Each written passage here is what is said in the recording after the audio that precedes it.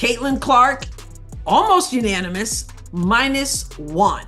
Angel Reese received one first place vote for Rookie of the Year. Stupid decision because it compromises what your ultimate goal is. When a WNBA legend was exposed for plotting against Caitlin Clark in the Rookie of the Year competition, no one could identify which veteran player had gone above and beyond to buy off a single journalist to vote against Clark.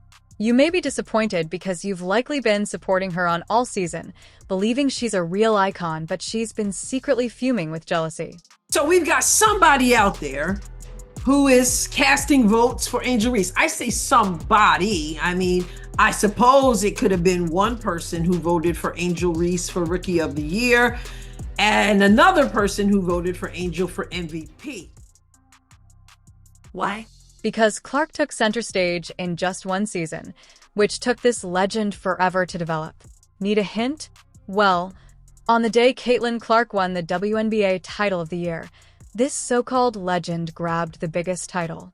If you think you know the answer, brace yourself. This story goes much deeper than a single negative vote. That somebody is trolling Angel Reese because these are sports people, supposedly.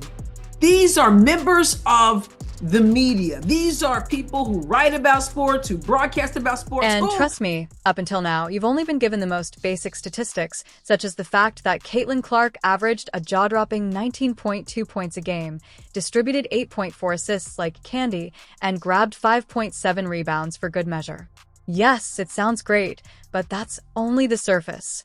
What's even more absurd is that Clark didn't receive a unanimous vote for Rookie of the Year, even though she dominated practically every rookie statistic. We were making the point, do you want to promote the league or not? And people like Andrea and others were resistant to that playing a role in somebody making the roster. Nope, one vote went to Chicago Sky rookie Angel Reese instead of the obvious winner. And this wasn't just a harmless fluke. Rather, it was the kind of rogue move that sent shockwaves across the league, leaving fans clutching their heads and analysts trying to figure out what to make of it. After all, if there was ever a rookie who deserved every vote, it was Caitlin Clark. So why didn't she receive it? Why did that one oddball vote happen? Actually argue that it hurts the game more if they had given her a roster spot over someone more deserving. Turns out when the dust settled, Caitlin had nabbed 66 out of 67 votes for the Rookie of the Year award. The votes came from a mix of 43 national sports writers and 24 local journalists spread across various WNBA markets. That's a lot of people agreeing on something. So, how does one stray vote sneak? And it's not just about someone wanting to be a rebel or having a different take. This vote was like a sucker punch aimed directly at Caitlin Clark's perfect season, a calculated hit to make sure her record wouldn't be spotless. And that's when things start getting juicy, because this wasn't just about Angel Reese getting a random shout-out. This was about someone trying to sabotage Caitlin's perfect raw sweep. But nope, not Cheryl Swoops. She doesn't even have the authority to vote in this competition. So let's scratch that theory, because when it was revealed that this one vote came from none other than journalist Cameron Duncan, everyone started asking the same question. Why Reese? Had decent stats, but she wasn't even in the same league as Clark's record-breaking season. So why did Duncan decide to throw his vote her way? Well, word on the street is that this wasn't Duncan going according to a rogue rumor. WNBA superstar Wilson. Yes, the same AA may have had some involvement. Wilson has been winning the league and taking home trophies left and right. So why would such a famous person become embroiled in something as trivial as one Roy vote? This is where things get crazy. In 2024, Wilson became the first player since Cynthia Cooper in 1997 to win the MVP award unanimously. She received all 67 votes, which was an incredible accomplishment that made her the only player in the history of the current WNBA to pull off a unanimous MVP. You know, the WNBA continues to kill the golden goose. Now, I must clarify something. A lot of you are hitting me up with, why hasn't the WNBA talked about their Rookie of the Year award since Caitlin Clark, it's been released, is the Rookie of the Year? Well, they haven't announced any awards. But then Caitlin Clark emerged, rising through the ranks and posing a threat to eclipse Wilson's moment of glory. Suddenly, Wilson wasn't going to allow some rookie waltz to take away the one thing that made her stand out. a flawless record. So when Clark began garnering rookie votes, Wilson allegedly intervened, determined to prevent Caitlyn from accomplishing something she had never done before: win unanimous Rookie of the Year. This is where it turns from being petty to a full-blown drama. Duncan's vote wasn't arbitrary. Rather, it was planned. According to reports, Wilson pushed Duncan to support Reese in order to prevent Clark from winning by a unanimous vote, not because Reese was more worthy. She wasn't even close.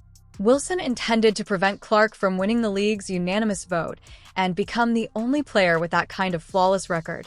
Therefore, this was a clear-cut power play. Duncan was the pawn she utilized in her move, because it wasn't about Clark being a threat any more than it was about Clark becoming a threat to Wilson's legacy. Said, why don't you like Angel Reese? Why don't you like the black people? You black. Why don't, they've made it a race thing. They've made it you can't stand her thing. They've made it all this stuff. And I'm making it a basketball thing. As a former player, as a former coach, as a person who just got eyes to see, Angel Reese was not going to be Rookie of the Year. There really wasn't a contest. What about Reese and all of this, honestly? She was just unlucky to be in the wrong place at the wrong time, and while her stats weren't very impressive, she was the ideal diversion, someone whose name would keep people talking long enough for Wilson to win. Reese received some unjustified attention. Wilson's little scheme is unraveling in front of the entire league, so Duncan received backlash, and Wilson was forced to sit back and pretend she had nothing to do with it until now. Additionally, people like Molly have chimed in, claiming that players like Clark aren't even talented enough to be making accusations against N in the first place. Really? So Clark can drop nearly 20 points a game, but suddenly she's not good enough to call out some shady business? Molly, let's just pretend stats don't matter when it's convenient, right? If you thought that was the end of it, think again. This wasn't just about Clark missing out on a unanimous vote, this was a message-sending power play. Even though Caitlyn Clark may be the most attractive person in the WNBA right now, Wilson is still the queen, and if anyone tries to step on her turf, they'll quickly discover who's truly in charge. One rogue vote marred Clark's Rookie of the Year victory, but that one vote revealed a whole new level of league politics and ego fights, because if someone like Ajel Wilson can sway an award by whispering to one journalist, what else is going on behind the scenes? Clark may not be worried about it, but the fans are furious and the league's reputation has taken a serious hit. The WNBA has no idea what it's doing with Caitlyn Clark. Can we all agree on that? They have no idea. It's a hostile league to Caitlyn Clark. Even worse, the league's response was essentially non-existent. No investigations, no official statements, just silence. It seems as though the WNBA wants to act as if nothing happened, hoping that the fans and Caitlyn CLK will forget. After all, when a player's unanimous Rookie of the Year win is stolen in broad daylight, the sport as a whole suffers. As for Wilson, well, she may have avoided damage to her reputation. Let's face it, you probably assumed she was just being competitive. After all, she's been in the trenches and knows what it's like to fight for recognition. But let's be honest, you probably thought she was just being competitive, right? Angry racist before Caitlyn Clark even got in, and I thought this was interesting yesterday. Sue Bird addressed that and her racist tweets prior to Caitlyn Clark even being in the WNBA. In fact, racist tweets prior to Caitlyn Clark being Caitlyn Clark, if you know what I mean. Yes, you did indeed hear that. When accusations of racial bias surfaced, the debate over a single vote for Rookie of the Year quickly turned into something much darker. This wasn't just some random Twitter outburst. Instead, people began to see this one vote as a sign of a deeper problem festering in the WNBA, a place where race isn't openly discussed but quietly influences who gets the spotlight and who's left in the shadows. Now, you might be thinking, isn't this a bit of a stretch because it's just one vote? But when you look closer, it's difficult to ignore the patterns without a doubt. CLK's victory was supported by the statistics. 19.2 points, she was not just a solid rookie, but the greatest rookie by far, with 8.4 assists and 5.7 rebounds per game, yet for some reason one writer chose to vote for Angel Reese instead of her.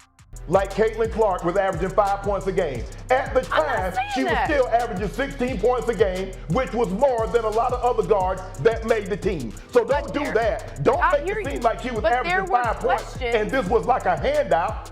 No, it wasn't a handout. Look at her numbers. Look at her numbers comparable to the other guards that were on the team. That's all I'm saying. And while everyone was preoccupied with criticizing Duncan for her strange choice, the real question that no one was asking was, did Duncan act alone? The answer to that is fairly obvious to anyone who has been paying attention. No, she didn't. This wasn't about Duncan's opinion of her first-time performance. Rather, it was about a larger narrative that was being twisted by individuals with much more influence. How in the world could anyone who understands sports believe truly that Angel Reese should be Rookie of the... Racial controversy has always been sparked by Wilson. This was evident in 2020 when another white rookie, Sabrina Ionku, began to receive enormous attention. Wilson made a very direct remark that had the league in stitches. She stated, "They love their darlings, you know how it goes."